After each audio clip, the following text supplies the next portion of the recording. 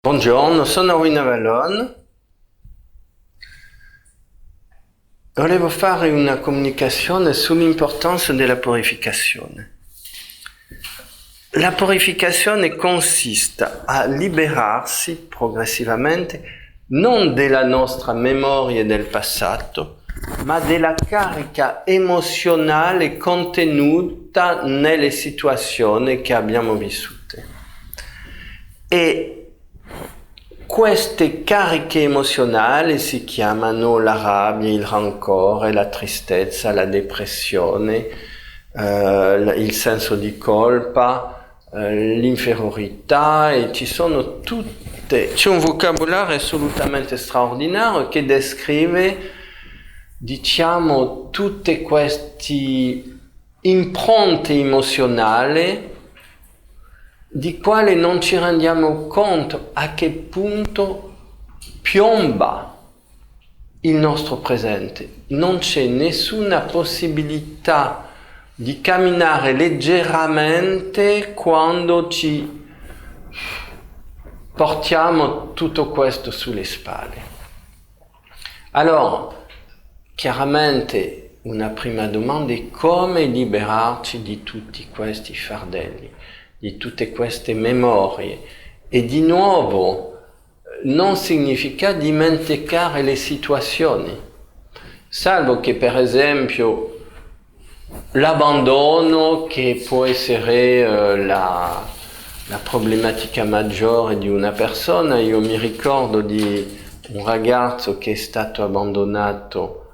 La sua madre ha fatto una depressione post nascita, perciò l'ha affidato ai genitori.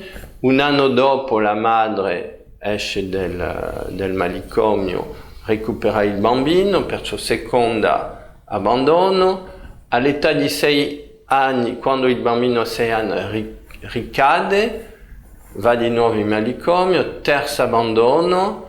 Dopo i genitori si separano, lei torna dal manicomio, quarto abbandono, i genitori si separano, quinto, e capite che quando questo ragazzo straordinariamente, quando lui ha 21 anni, nasce, il padre ha un altro figlio maschio, e questo ragazzo fa una crisi schizofrenica e si ritrova in manicomio, perciò io chiamo la madre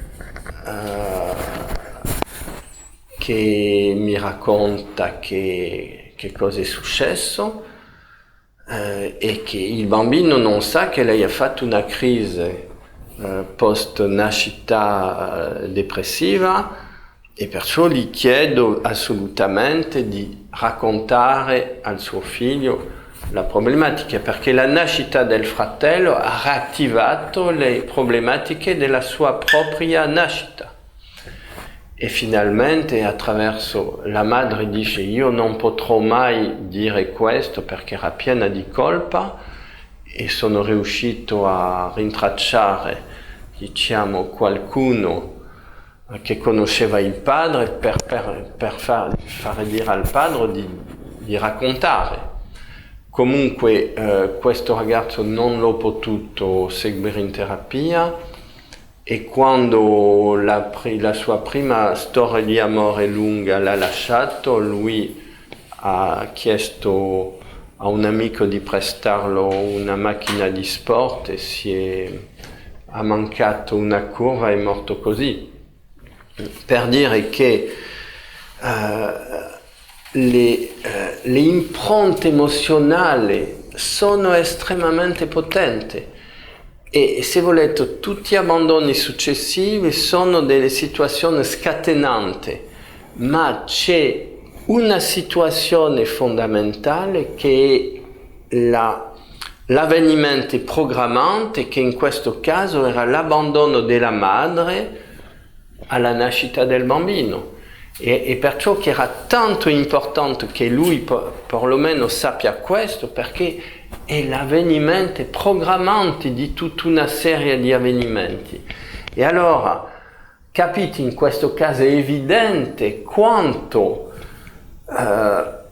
il peso è terribile e capiamo molto bene qua che questi fardelli che ci portiamo rappresentano un'energia di morte potentissima e che mano a mano che si vanno a accumulare le situazioni, diciamo, che riattivano la problematica di base, la persona sta sempre più male.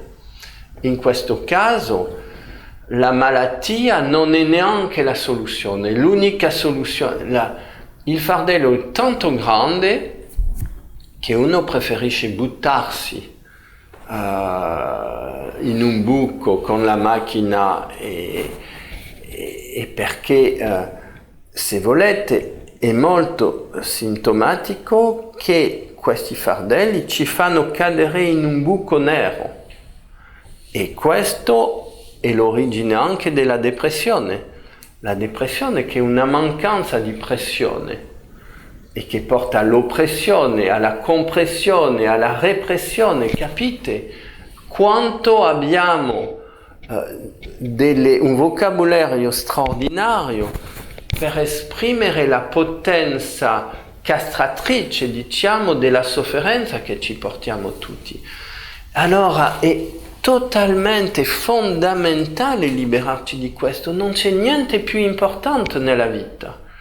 E allora dicevo anche che le persone più terribili che ho mai incontrato nella mia vita sono delle persone che si dicevano spirituali, pensavano di essere qualcuno di straordinario, di essere arrivata a un livello, ma il problema è che se la gente non pulisce è come il cammino, fra virgolette, spirituale senza la pulizia è unicamente un amplificatore dell'ego.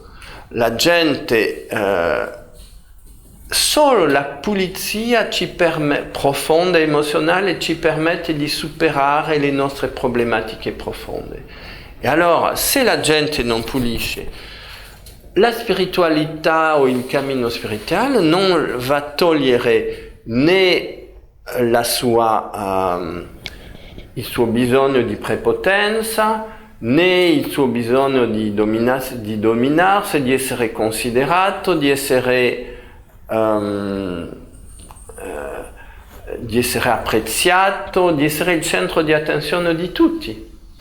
E allora diventa un cammino sempre più egoico dove si devono mettere su un piedestallo, avere la gente che si applasta davanti a loro, e tutto questo è un alimento straordinario dell'ego. E non c'è niente più pericoloso che una scuola spirituale che non passa dalla purificazione, perché là diventano tutti lupi che si vogliono devorare per avere loro il potere, e lo troviamo molto nella storia di alcuni maestri spirituali che loro sono onesti, ma di quale la gente intorno fa tutto per prendere il potere e diventare il seguitore del maestro senza avere, e fanno politica, non fanno più non sono nell'amore, sono nella politica e la ricerca del potere, perché tutto questo riguarda l'importanza fondamentale della pulizia.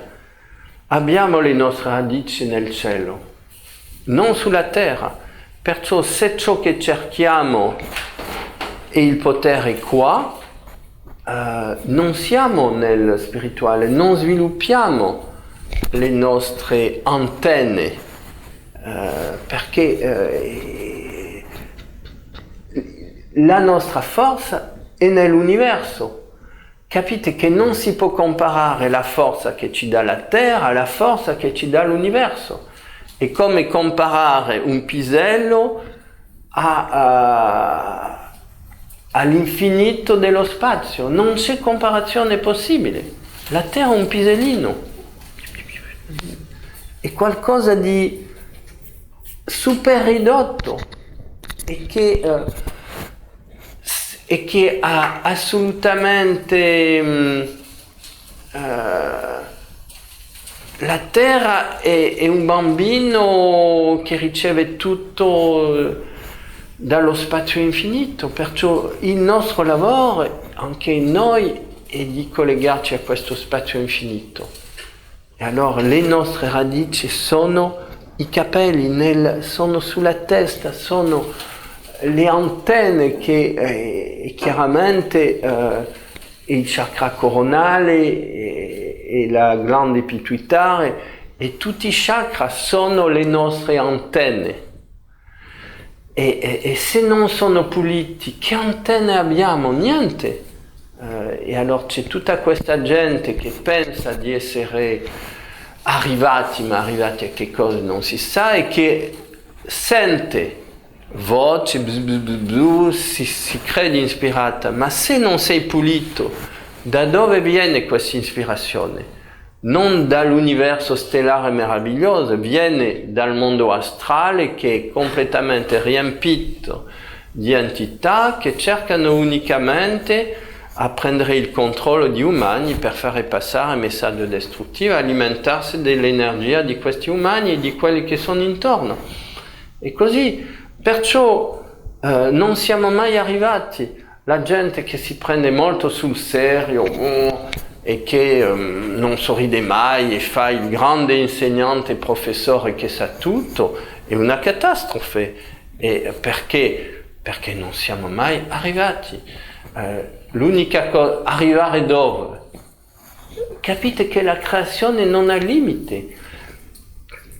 Quando dico che abbiamo le nostre radici nel cielo, il cielo non ha limite, perciò non ci sono limiti nella capacità che abbiamo di assorbere tutta questa meravigliosa vita che l'universo ci offre.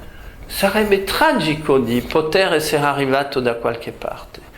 E allora l'unica cosa che esiste è il cammino. Perciò che non dobbiamo, come posso dire,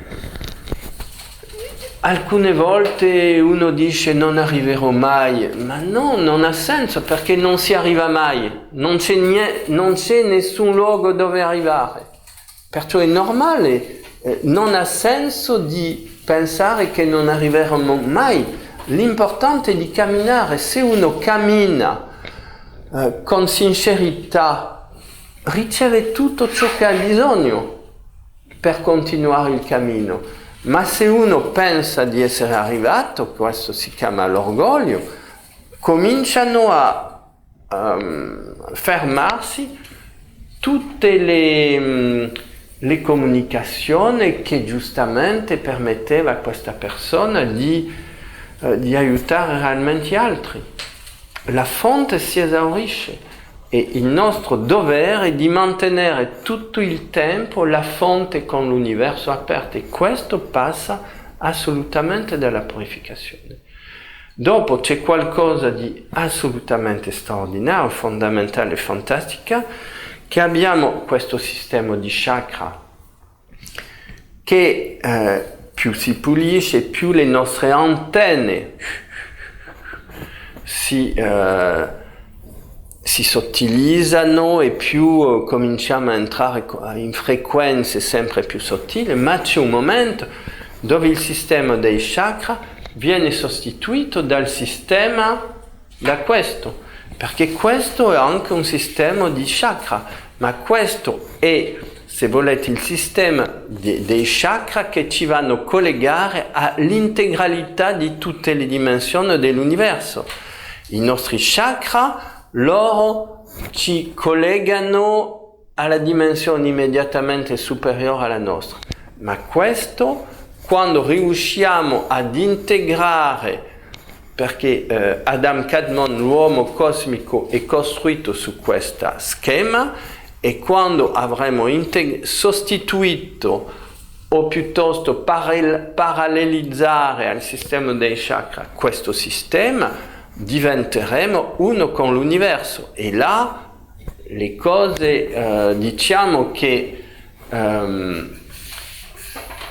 a questo punto non esiste più lo spazio e il tempo, solo l'infinità del presente. E capite che nell'infinità del presente uno non ha bisogno di pensare dove vado, dove andare, perché non esiste più né spazio né tempo nel presente. E se non c'è tempo, perché se nel presente, perciò il presente uguale l'eternità, perciò il tempo non esiste. E se il tempo non esiste non c'è spazio, e perciò non c'è possibilità di arrivare da nessuna parte quando non esiste lo spazio e quando non esiste il tempo. L'unica cosa che importa è di stare in questo stato meraviglioso di apertura all'universo, e la vita dell'universo ti inonda, e là che sei vivo. E di nuovo tutto questo passa dalla purificazione, è fondamentale. Perciò che in questo lavoro di meditazione Merkaba Matrimondia passiamo molto tempo sulla purificazione, perché è la base, il fondamento incontornabile di questo lavoro di espansione progressiva che ci porta a recuperare l'unità con il tutto.